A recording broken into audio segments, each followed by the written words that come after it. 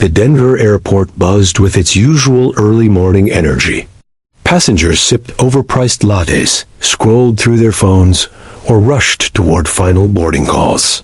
Amid the crowd, Emily Carter walked calmly through Gate 26, ticket in hand, backpack slung over one shoulder. To everyone around her, she looked like an ordinary traveler, just another face in the sea of passengers. But Emily had a history that no one on that plane could have imagined. She boarded Flight 982 bound for Seattle and found her seat 17A window side. She gazed out as the tarmac shimmered in the morning sun. Seatbelt clicked, tray table up, phone on airplane mode, everything routine. But nothing about this flight would stay ordinary for long. Emily had once lived in the sky. A former Air Force cadet with advanced flight training, she had logged hundreds of hours in simulators and cockpits before leaving the program to pursue software development. Her decision was personal, a blend of burnout, bureaucracy, and a yearning for normalcy. It had been nearly 6 years since she last touched flight controls. That part of her life felt distant, almost surreal as the engines roared and the plane lifted from the runway. Emily leaned back and closed her eyes. Flying had once been second nature. Now, she preferred being a passenger, away from the responsibility of split-second decisions, away from risk. Or so she thought.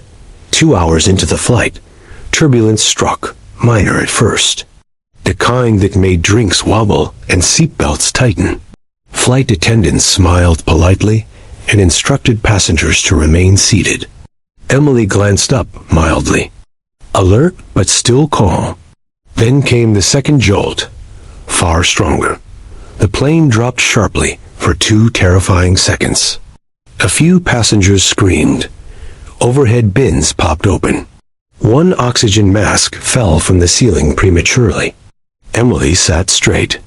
Her instincts lit up. The captain's voice crackled over the intercom. "Ladies and gentlemen, we're experiencing unexpected turbulence. Please remain calm." His tone betrayed his words. He sounded shaken. Emily's fingers clenched her armrest. Something was wrong. Not just turbulence, something mechanical. She could feel it. A deep vibration through the fuselage. A strange pitch in the engine's whine. She looked around. Flight attendants whispered nervously, one gripping the intercom panel tighter than usual. Then, a loud bang. The entire plane tilted left, then right. Emily's heart jumped. Oxygen masks now dropped from every row. The cabin filled with gasps, cries, and shouts. Babies cried. An elderly man clutched his chest. The plane's lights flickered, and warning alarms buzzed faintly from the cockpit. Emily didn't panic. She processed. Her brain shifted into a mode she hadn't accessed in years. She counted the seconds between jolts, measured the angle of descent. Not a free fall, but a serious drop. Controlled, maybe. She looked toward the cockpit door, still shut. No one came out. A flight attendant stumbled past, trying to calm passengers. Emily reached out, steadying her. "Tell me what's happening," she said. The woman paused. Her voice trembled. "They've declared a level 3 malfunction. One engine's out. They're trying to reboot systems." Emily stood. The flight attendant tried to stop her, but she raised her hand. "I'm a trained pilot, Air Force certified. If they need help, I can give it." The attendant looked at her, really looked at her, and saw something different. Not panic, not bravado, just purpose. She nodded once. "I'll check." Emily sat back down briefly, heart pounding. She hadn't sat in a cockpit in years. Could she really step in again under these conditions? A minute later, the attendant returned. "Co-pilot's down, unresponsive. Captain wants to see you now." Everything in Emily's life up to this point, all the training, the decisions, The moments she questioned her worth had led to this one. Unexpected, uninvited, but here it was. She stood, legs surprisingly steady, and walked down the aisle, past crying children, terrified passengers, and flickering lights. As she reached the cockpit door, one thought burned in her mind. I didn't come here to fly, but maybe I was meant to. And with that, the door opened. The cockpit smelled of burnt wiring and sweat. The overhead panel blinked with errors, red lights blinking like a Christmas nightmare. Captain Doyle, gray-haired and wide-eyed, looked up as Emily stepped in. "You're the passenger?" he asked, voice raspy. Emily Carter, former Air Force cadet, certified CFI. "You called me." He nodded quickly and motioned her into the right-hand seat. The co-pilot was slumped to the side, unconscious. His oxygen mask was on, but he wasn't responding. Emily checked his vitals instinctively. Pulse weak, shallow breathing. Likely a pressure-induced faint. She slipped into his seat without hesitation. "We've lost the left engine completely. The right one's overheating. Autopilot's dead. Navigation systems are glitching. We're 28 minutes from Seattle, but we can't make it," Captain Doyle explained fast, wiping sweat from his brow. "Also, we've lost a TC contact." Emily scanned the panel. Years of muscle memory kicked in. Though commercial jets differed from the smaller aircraft she trained in, the basics hadn't changed. Lift, thrust, drag, gravity, and calm. "Okay," she said, slipping the headset on. "Let's get this bird steady." The yoke felt stiff. Emily adjusted trim manually while switching power to emergency backups. The horizon display flickered, then stabilized enough for her to recalibrate pitch. Slowly, steadily, she and the captain brought the plane out of its steep descent. Below them, jagged terrain loomed, snow-dusted mountain peaks, and thick pine forests. They couldn't land there. And climbing back to cruising altitude wasn't an option with one failing engine. "I need maps," she said. Captain Doyle slid over a backup tablet with offline terrain data. Emily scrolled fast, scanning coordinates. "There," she pointed. "Mackenzie Ridge, abandoned airstrip from the Cold War era. It's not on modern flight plans, but it's within glide range. It's rough, short, but it's our best shot." The captain stared at her, amazed. "You sure about this?" "No, but we're running out of airspace." They adjusted their course manually. Emily sent a brief emergency ping through the secondary comm system, just enough to alert nearby responders. With their coordinates. No time for conversation, just data. Meanwhile, in the cabin, panic had turned to eerie silence. The flight attendants relayed short, vague updates. "We have additional support in the cockpit." Passengers clutched armrests and prayed, still unaware that the support was another passenger. Back in the cockpit, Emily glanced at the altimeter. "We need to slow descent. We'll come in hot, too fast. I can try flaps." "Negative. Hydraulic systems down. We'll do it manually." They rerouted power to stabilizers, trimming the aircraft's angle of attack for a shallower descent. The stick vibrated with tension, warning them they were flying too close to stall speed. Emily adjusted gently. They flew lower now, just above the tree line. Flares glowed faintly ahead, tiny dots in the vast dark terrain. Fire crews from a nearby town had raced to the strip after catching the emergency ping. Makeshift landing. Lights were set up. Car headlights, flashlight signals, anything that could help guide the plane. Emily locked eyes with the captain. "You want to land her?" he asked. She shook her head. "You're in no shape. I've got it." He hesitated, then slowly took his hands off the controls. The captain of a 170-ton aircraft surrendered his plane to a woman who was supposed to be sipping orange juice. In coach, Emily wrapped her fingers around the yoke. Her shoulders tensed, but her heart was strangely calm. She'd failed flight school, not because of skill, but because she was told she wasn't built for pressure. Funny how pressure brought her back. Landing gear? She muttered. The indicator was dead.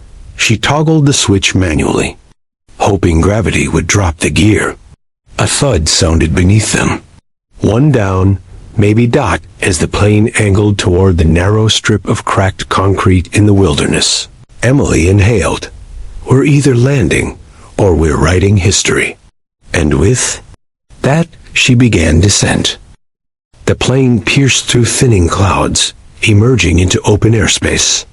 Beneath them, the Cascade Mountains stretched endlessly, rugged, dangerous, and unforgiving. The abandoned Mackenzie Ridge airstrip was still 10 miles away, barely visible. From the sky, Emily leaned forward in her seat, every muscle focused, calculating pitch, descent speed, and glide ratio in her head. The wind howled against the damaged fuselage. One engine remained barely functioning, coughing and sputtering with uneven thrust. Emily throttled it carefully, knowing too much strain might shut it down completely. She didn't speak. Neither did the captain. There was nothing more to say. In the cabin, passengers clung to their seats. Some prayed. Others cried quietly. A few simply stared out the windows, watching trees rush beneath them, as if it were their final view. No one knew that the woman now guiding the plane had once walked away from aviation, told by her instructor she was too emotional to handle a real crisis. Today, emotion was her fuel. Back in the cockpit, Captain Doyle blinked through sweat. Descent paths too steep. I know, Emily said. There's no room to arc in. We're coming straight in, short and fast. The airstrip wasn't designed for jets. It was an ancient military runway, barely long enough for small transport planes. Overgrown vegetation lined both sides. One wrong move, one gust of crosswind, and the aircraft would overshoot or shatter on impact.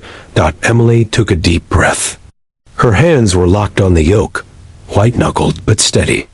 She trimmed the nose slightly upward and reached for the manual landing gear lever. The wheels had dropped, but without hydraulic pressure, they might not lock. I need a visual on. Gear, she said. The captain used a backup inspection camera. Grainy black and white footage flickered to life. One gear's down. The others? Can't confirm. We're landing either way, she said. 3 miles now. The makeshift runway came into view. Fire trucks and rescue teams flanked the path with their lights on, providing faint visual guidance. Civilians stood behind a police line in stunned silence, watching the giant aircraft crawl toward their hidden town from the sky. The cockpit alarms began to wail, stall warnings, low-altitude alerts, hydraulic failure signals. Emily shut off the noise. There was no time for warnings now. Either she landed this plane, or they all became a story, buried in the mountains. Captain Doyle reached for the yoke. I've got it, she said firmly. He leaned back. In 25 years of flying, he'd never seen anyone take control like this. Especially not someone who'd boarded as a civilian, coffee in hand. With one hand, Emily adjusted throttle. With the other, she manually flared the wings. The plane tilted slightly, heading dead-on toward the narrow strip of land. The tail rudder twitched as the last bit of power gave out. Now it was glide. Only. Emily grit her teeth. Come on. Just a few more seconds. Below, the ground raced. Upward. The front wheels hit first, hard. Then the rear slammed down with a metallic scream. Sparks flew from beneath the cabin. The landing gear wobbled. Tires shredded from the friction. The plane bounced once, twice. Then steadied. Emily slammed the manual brake controls. Smoke poured from the rear. Passengers screamed as oxygen masks swayed above them, their bodies tossed forward by the deceleration. The aircraft skidded for what felt like forever, then jolted. finally lurching to a dead stop just 40 feet before the tree line. For a moment, there was no sound. Then, inside the cabin, a child whispered, "Did we just land?" A roar erupted. People cried, clapped, laughed. Flight attendants hugged each other. One collapsed to the floor in relief.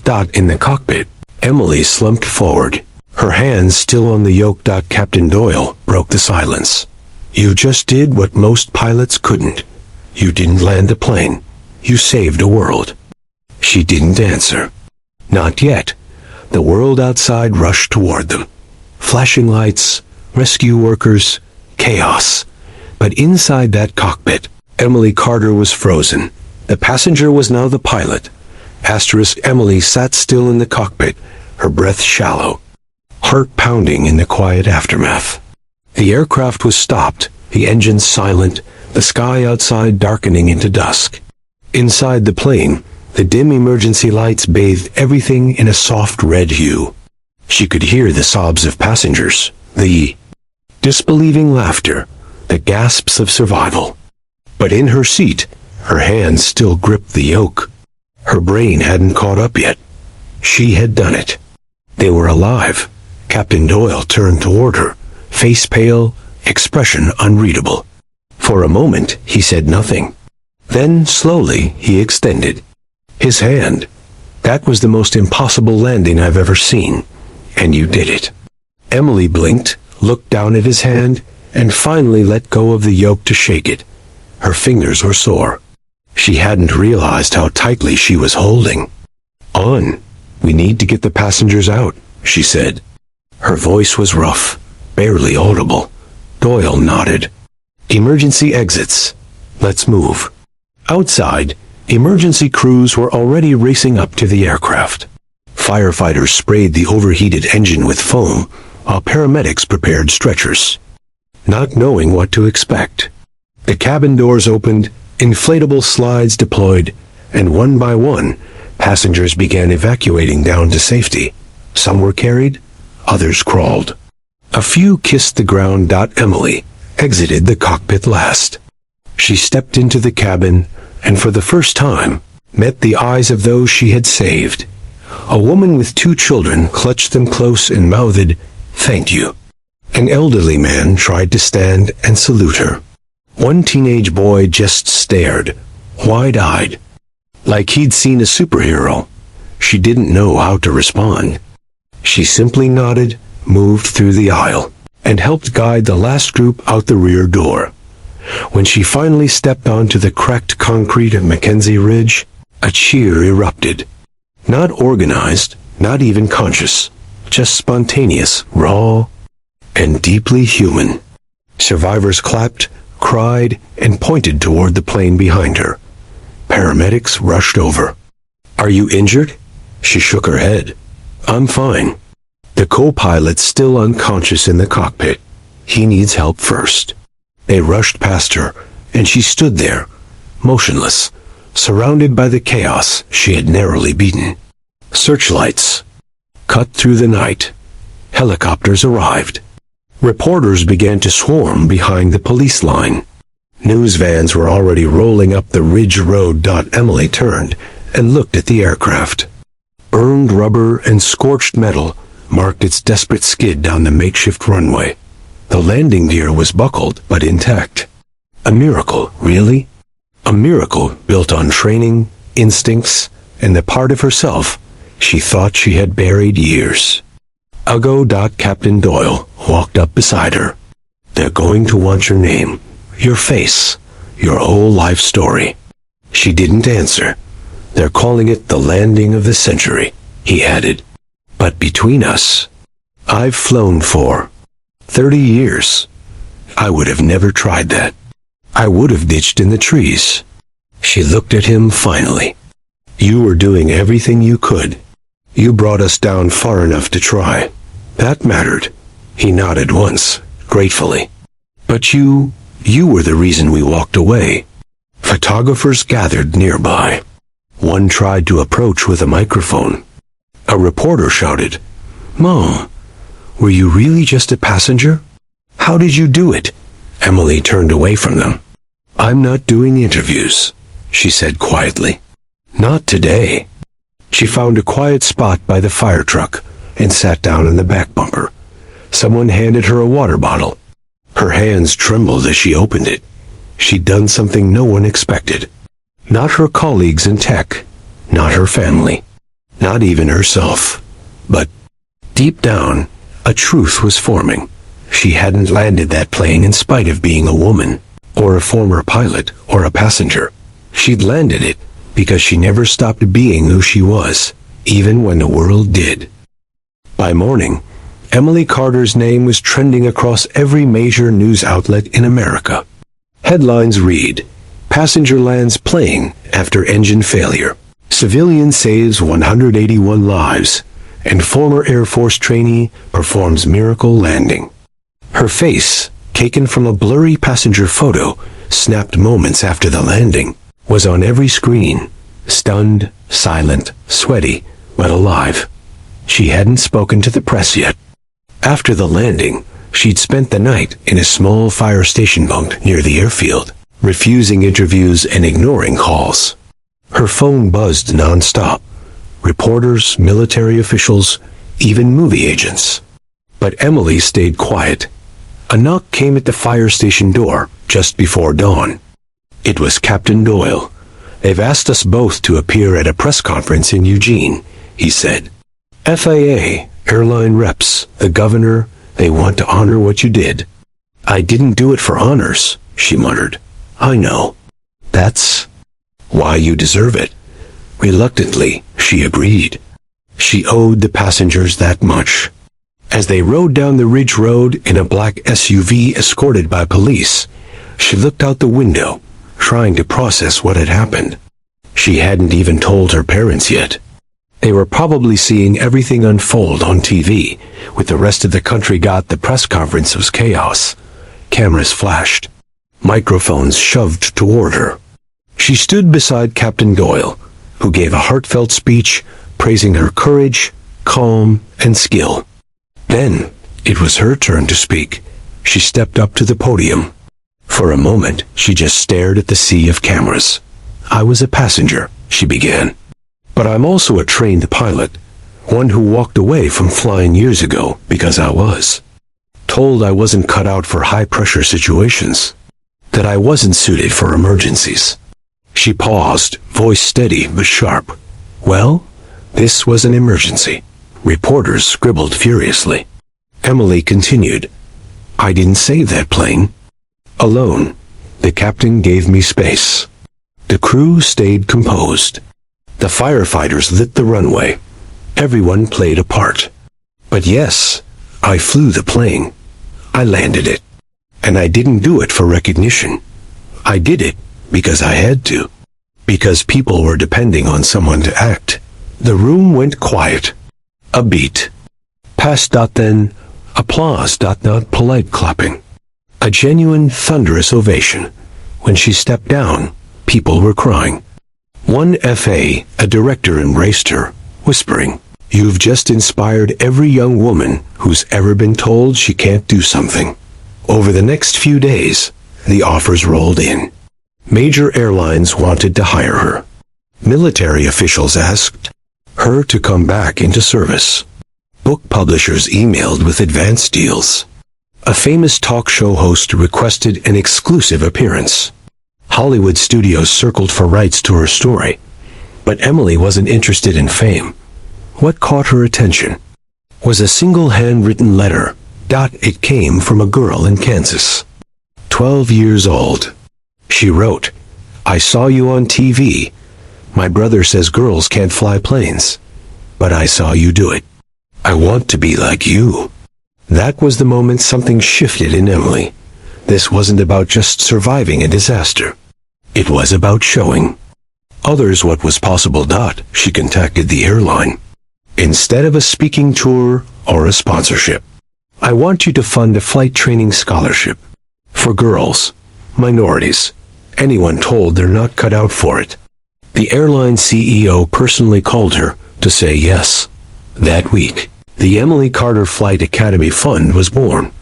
And while she still refused interviews, she did make one quiet appearance, visiting a local flight school in Seattle to speak to young cadets. Her message was simple. Courage doesn't mean you're not scared. It means you take the controls anyway. Weeks passed. The frenzy cooled, but Emily Carter's story continued to ripple through the nation. Aviation schools reported a spike in female applicants. Young girls now carried notebooks with her quotes written on the covers. At airports, strangers stopped her. Some cried, some hugged her, all thanked her. Still, Emily avoided the spotlight. She had no publicist, no social media presence. She kept flying, but from the ground, as a mentor, not a hero. One evening, as she locked up the small flight academy she'd helped open outside Seattle, a black government vehicle pulled into the lot.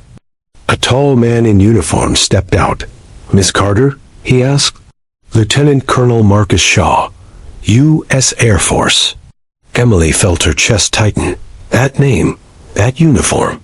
It pulled memories from the vault she had closed years ago. "I remember." "You," she said. "You ran evaluations at Maxwell Base." He nodded. "And I remember you? You had the best hands I'd ever seen in a simulator.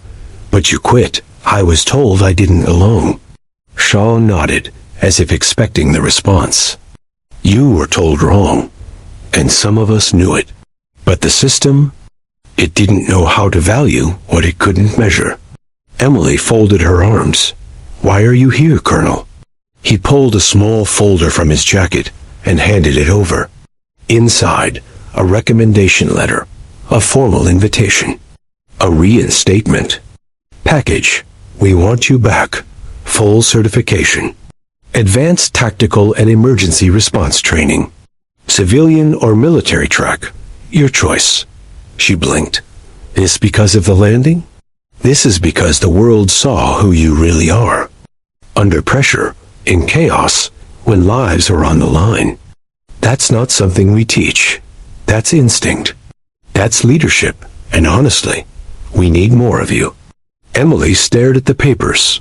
She hadn't sat in a real cockpit in years before that flight. And yet, when the moment came, her body knew what to do. She'd faced the fire alone and made the impossible choice. But going back? "I'm not interested in being a symbol," she said. "You already are," Shaw replied. "But what you do with that? No, that's the part you still control." He left her with the folder.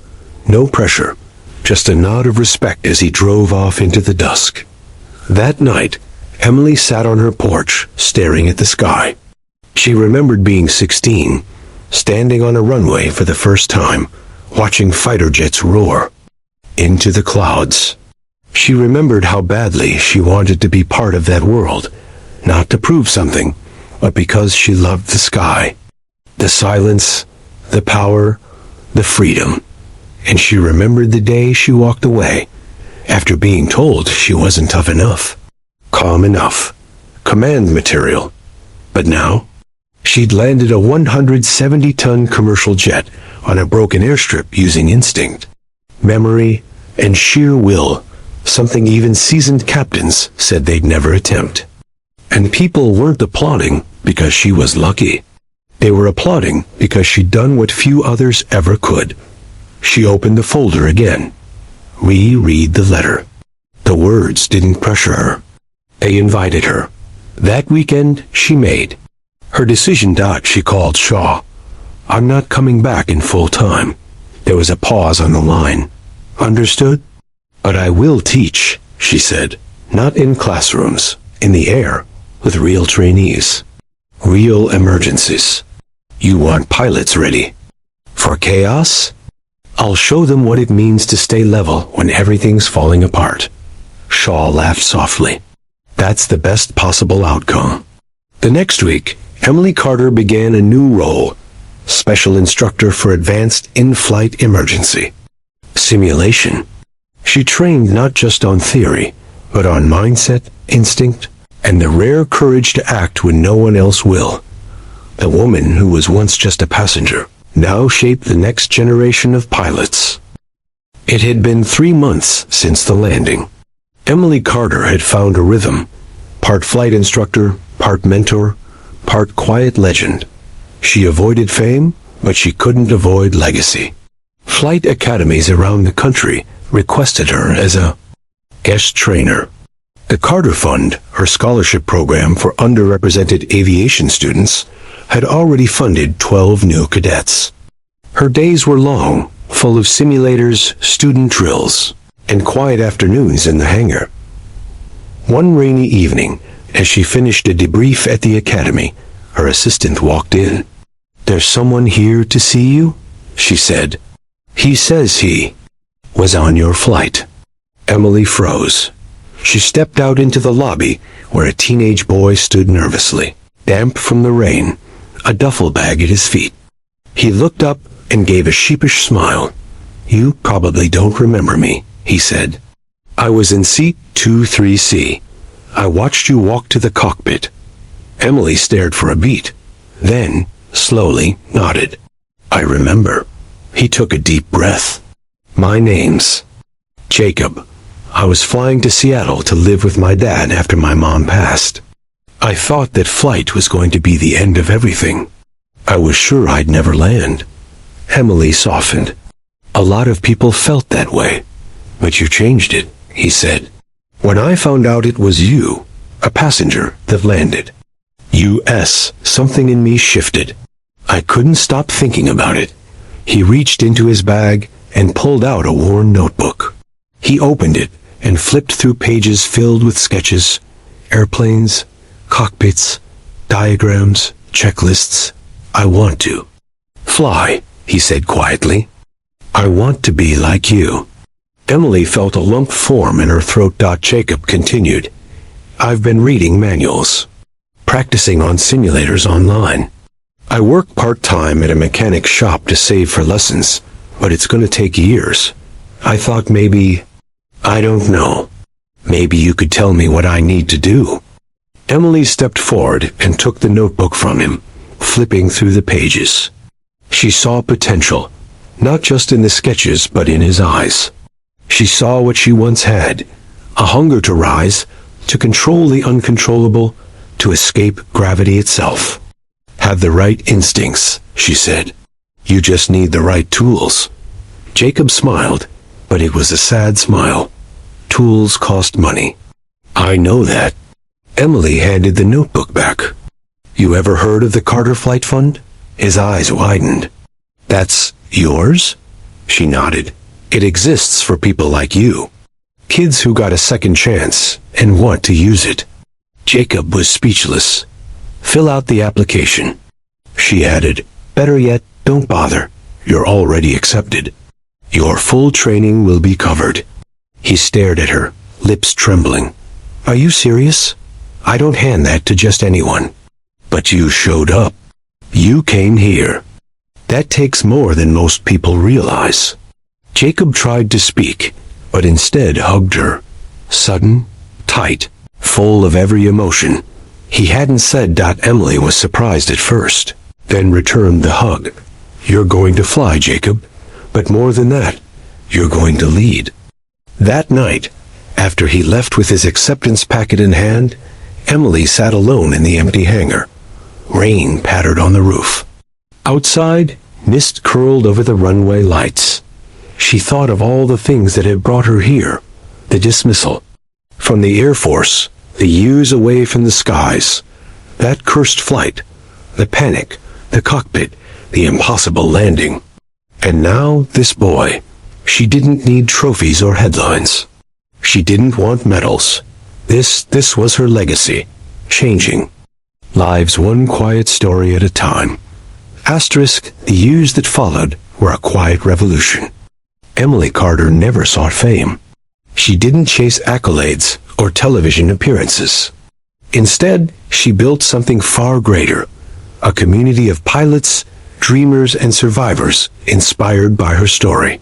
The Emily Carter Flight Academy became a sanctuary for those told they couldn't, wouldn't, or shouldn't fly. Jacob graduated first in his class. His name was now one among dozens of young aviators who owed their start to a passenger who once took the controls in an emergency. Women, minorities, and underdogs found wings through the Carter Fund, soaring where doors had been closed. Emily herself returned to the cockpit once more, not as a passenger, but as an instructor, confident, calm, and fierce. Each flight she led was a lesson not only in mechanics, but in courage. She taught pilots to trust instinct, to embrace fear, and to own the moments when everything seemed lost. One crisp autumn afternoon, as the golden sun dipped below the horizon, Emily sat by the window of the small control tower at Mackenzie Ridge. The runway was repaired, modernized, and busy with new planes, a far cry from the abandoned strip that once saved lives. She watched a young woman taxi a small plane down the runway, lifting into the sky with practiced ease. It was Jacob's sister, another scholarship recipient. Emily smiled, feeling the familiar pull of the sky in her chest. Her phone buzzed. A message from Captain Doyle. Flight 982 reunion next month. Your place of honor is waiting. She typed back, I'll be there. But let them know, I was never alone up there. That night, as she prepared to attend the reunion, Emily reflected on her journey. From the passenger seat to the cockpit, from fear to leadership, from silence to legacy. She realized that heroism wasn't about glory. It was about the quiet strength to act when no one else can. It was about lifting others when they fall. It was about turning moments of crisis into chapters of hope. As she boarded the plane once more, this time as a respected pilot and mentor, Emily felt the sky wrap around her like an old friend. The hum of the engines, the rush of wind, the endless horizon, they reminded her that every flight, every moment, was a chance to rewrite the story. She was no longer just a passenger. She was a pilot of lives, dreams, and futures. And the sky, vast, unpredictable, and beautiful, was hers to command.